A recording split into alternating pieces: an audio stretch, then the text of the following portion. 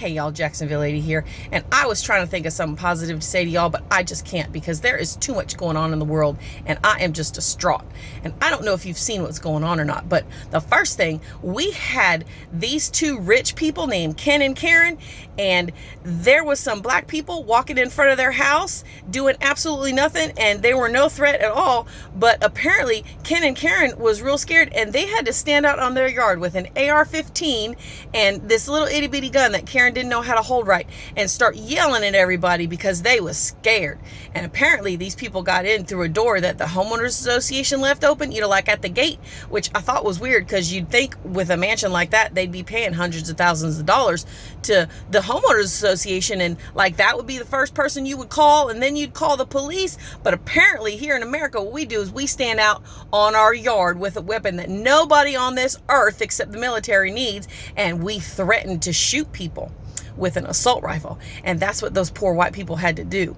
And then Dean Cain, who is apparently like a D actor because he can't afford his own jet, he had to ride coach and he had to wear his mask and he got brain damage. And that was real sad because I think he had brain damage already to begin with. So now he is even more messed up than he was before. And he was Superman. I mean, he was a terrible Superman, but now Superman has brain damage because he had to wear a mask, and it's just awful.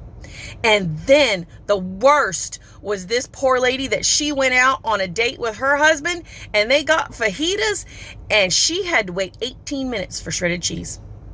18 minutes.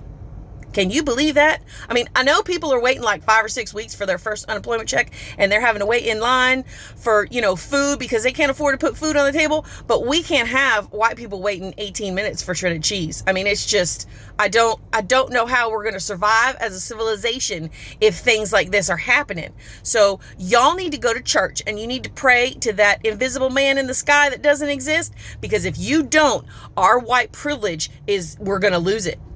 We are. So go Trump.